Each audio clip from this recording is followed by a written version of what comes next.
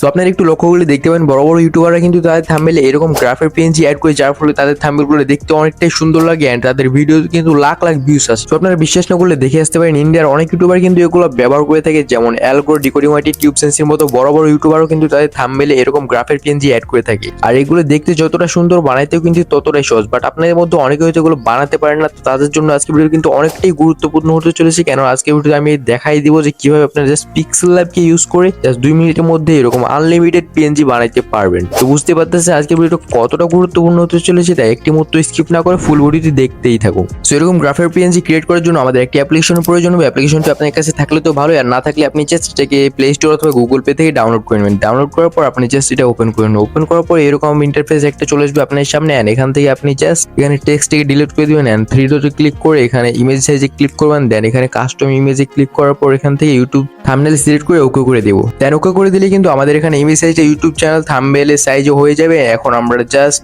একটা graph PNG create করবো। এর জন্য আমরা জাস্ট নিচে সার্কেলে ক্লিক করবো, সার্কেলে ক্লিক করবো, বেজিয়ারে ক্লিক করবো এন্ড এখান থেকে বেজিয়ার থেকে আমরা জাস্ট নিচে চলে আসবো। নিচে আসার পর এখান থেকে গ্রিন কালারটা সিলেক্ট করে নেবো। সিলেক্ট করার পর আবার আমরা উপরে চলে যাবো। উপরে যাওয়ার পর এখান থেকে দেখতে পাচ্ছি যে এখানে অ্যাকশন এখানে ফার্স্ট ইয়ারটাতে ক্লিক করে একটা ডট এখান থেকে রিমুভ করে ফেলবো। দেন এখানে মুডের 3 নাম্বার অপশনটাতে ক্লিক করবো। ক্লিক করার পর এই ডটটাকে আমরা জাস্ট স্ক্রিনে একদম নিচে চলে আসবো। আসার পর এখানে আবারও আমরা মুডের ফার্স্ট অপশনটাতে ক্লিক করবো। ক্লিক করার পর এখানে আমরা স্ক্রিনে যে জায়গায় গ্রাফটার এই লাইনটাকে অ্যাড করতে চাই ওই জায়গায় জাস্ট একটা করে ট্যাপ করবো। ট্যাপ করে এভাবে আমরা জাস্ট ফুল স্ক্রিনে এই ট্যাপটা করে নিবো এন্ড করার পর দেখতে পাচ্ছি আমাদের গ্রাফ কিন্তু প্রায় মোটামুটি তৈরি হয়ে গেছে। বাট এই লাইনগুলো কিন্তু অনেকটাই বেঁকা আছে, আর এই বেঁকা লাইনগুলোকে সোজা করার জন্য আমরা জাস্ট মুডের 2 নাম্বার অপশনটাতে ক্লিক করবো। ক্লিক করার পর প্রত্যেকটা ডটে এটাকে ঠিক মতো বসাই নেওয়ার পর এগুলোকে জাস্ট টেনে টুনে অ্যাডজাস্ট করে নেবো। এরকম ভাবে অ্যাডজাস্ট করার পর আমাদের এখানে কাজ প্রায় শেষের দিক। এখন আমরা জাস্ট অ্যাকশনের 2 নাম্বার অপশনটাতে ক্লিক করে এই গ্রাফটিকে আমরা জাস্ট এটার নিচের ব্যাকগ্রাউন্ডটার সাথে মার্জ করে দিব। এরপরে দেখতে পাচ্ছি নিচে কিন্তু আরো কয়েকটা অপশন চলে আসছে। এখানে আমরা দেখতে পাচ্ছি যে অপাসিটির অপশন,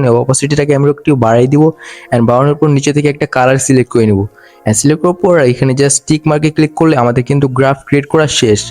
আর আমরা চাইলে এখানে একটা স্ট্রোক দিতে পারি, যার ফলে এটা আরো সুন্দর হবে। এর জন্য আমরা জাস্ট সার্কেলে ক্লিক করে আবারও এখানে এই দিকে স্লাইড করে আসবো এন্ড আসার পর এখান থেকে জাস্ট স্ট্রোকে ক্লিক করে এটা ইনেবল করে দিব। দেন এখান থেকে যে কোনো একটা কালার সিলেক্ট করে এন্ড এখানে স্ট্রোকের ওয়েটটা একটু কম বেশি করে দিয়ে টিক মার্কে ক্লিক করলে কিন্তু আমাদের এই স্ট্রোক অ্যাড করা শেষ। আর ইমেজটি ডাউনলোড করার জন্য আপনি জাস্ট এখানে 3 ডট আইকনে ক্লিক করবেন। এখান থেকে আপনি জাস্ট এক্সপোর্ট ইমেজে ক্লিক করে এন্ড এখান থেকে জাস্ট সেভ টু গ্যালারিতে ক্লিক করলে আমাদের ইমেজটি কিন্তু গ্যালারিতে সেভ হয়ে যাবে।